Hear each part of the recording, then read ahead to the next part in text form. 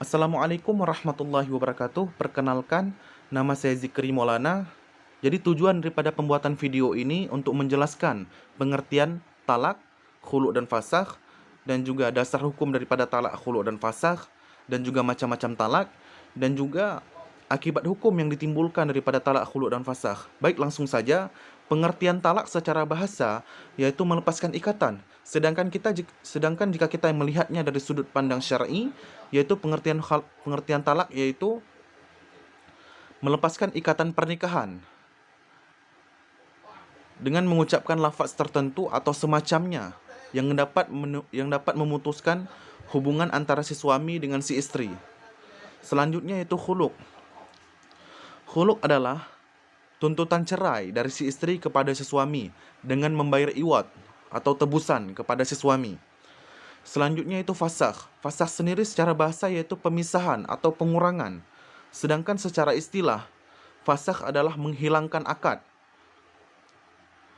Dan menghilangkan akad dari asalnya dan membuatnya seperti sedia kala. Gitu. Selanjutnya yaitu dasar hukum. Dasar hukum daripada talak, khulu' dan fasakh. Jika kita melihat di dalam Al-Quran, yaitu dasar hukumnya di dalam Al-Quran, maka kita bisa melihat di dalam surah Al-Baqarah ayat 229, yaitu tentang dasar hukum daripada talak. Sedangkan khuluk, jika kita melihatnya daripada Al-Quran, itu bisa kita lihat di dalam surah Al-Baqarah ayat 228.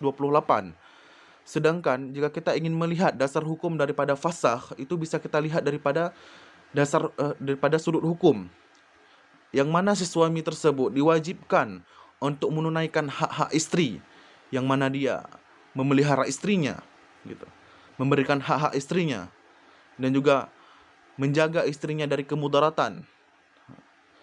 Selanjutnya kita akan membahas tentang macam-macam talak. Talak itu teman-teman terbagi dalam dua, yaitu ada talak raji'i dan juga ada talak bin. Gitu. Talak bin sendiri itu terbagi dalam dua lagi, yaitu ada talak bin sughra dan juga ada talak bin kubra. Talak raji'i yaitu talak yang dijatuhkan si suami kepada si istri, yang mana si suami tersebut dapat merujuknya kembali tanpa perlu adanya akad nikah gitu. Tanpa perlu adanya akad nikah lagi. Seperti itu. Selanjutnya itu talak bin, yang mana talak ini yang dijatuhkan suami kepada si istri,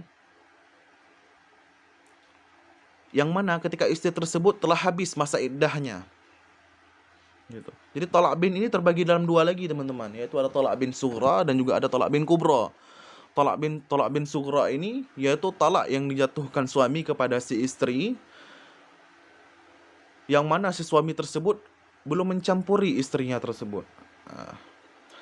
Selanjutnya yaitu ada talak bin kubra, yang mana talak bin kubra ini yang mana si suami tersebut menjatuhkan talaknya tersebut kepada istrinya sudah sebanyak 3 kali dan tidak dapat dirujuk kembali, gitu.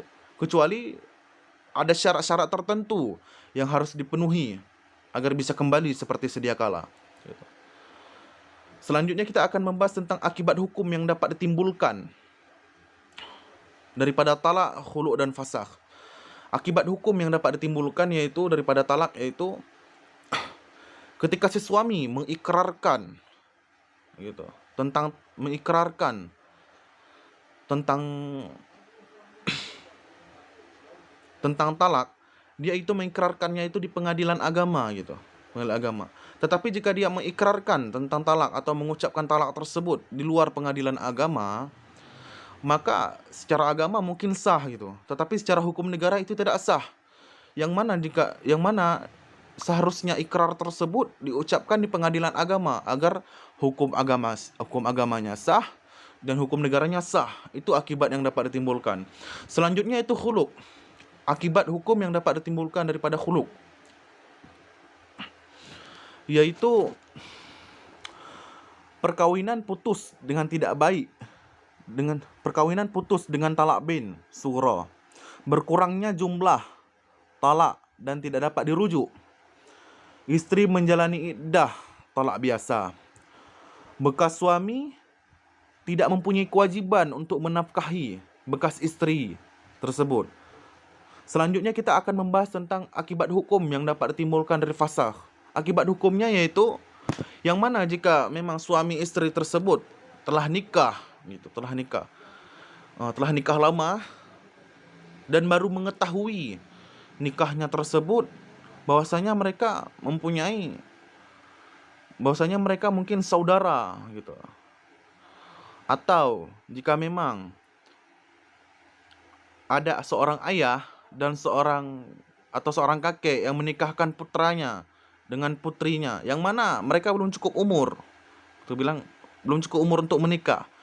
Yang mana nanti ketika si suami istri tersebut sudah dewasa, mereka dapat memfasakhnya atau dapat membatalkan pernikahan tersebut gitu.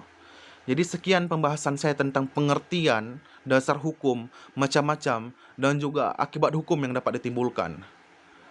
Baik, semoga teman-teman dapat mengerti pembahasan daripada saya ini. Saya tutup. Wabillahi taufiq wal hidayah. Wassalamualaikum warahmatullahi wabarakatuh.